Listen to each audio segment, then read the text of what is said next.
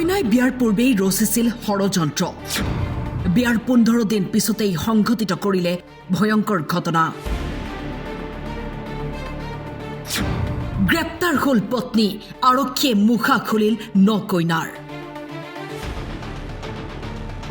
স্বামীক হত্যা কৰাৰ অপৰাধত গ্ৰেপ্তাৰ হল পত্নী ভেৰনীয়া গুণ্ডাৰ হতুৱাই কিয় হত্যা কৰিছিল স্বামীক ফাদিল হল ৰহস্য এইখন দেশত হৈছে কি বাস্তৱ জীৱন যেন এতিয়া কেৱল সিনেমাৰ কাহিনীৰ দৰে হৈ পৰিছে মুস্কান সাহিলৰ দেহ কপাই যোৱা ঘটনাৰ পিছতেই এইবাৰ উত্তৰ প্ৰদেশৰ অৰৈয়া জিলাত প্ৰগতিৰ কাণ্ড বিয়াৰ দুসপ্তাহ পিছতেই গুণ্ডাৰ হতুৱাই হত্যা কৰিলে স্বামীক কাৰণ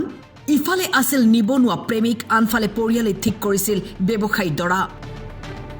ধনী দৰাৰ টকা পইচা দেখি দুয়ো প্ৰেমিক প্ৰেমিকাই সমস্ত কাহিনী ৰচে আৰু বিয়াত উঠা টকাৰে স্বামীক হত্যা কৰে 2 লাখ টকাত ভেৰনীয়া গুণ্ডাৰ হতুৱাই হত্যা কৰিছিল স্বামীক দৰাৰ মৃত্যুৰ তদন্তত আৰক্ষীৰ হাতত লগা চিচিটিভি ফুটেজে সকলো উদঙালে পত্নীৰ হোৱাটছএপত ভেৰনীয়া গুণ্ডাৰ সৈতে হোৱা বাৰ্তালাপ পৰ্যন্ত আৰক্ষীয়ে ধৰা পেলায় প্ৰগতিয়ে ভাবিছিল বিয়া পতাৰ পিছত স্বামীৰ নামত থকা সকলো সম্পত্তি তেওঁৰ হ'ব আৰু পাছত তেওঁ প্ৰেমিকৰ সৈতে সুখৰ সংসাৰ কটাব কিন্তু ভবা কথা নহল সিদ্ধি কাৰাগাৰত এতিয়া পত্নী প্ৰেমিক আৰু হত্যাকাৰী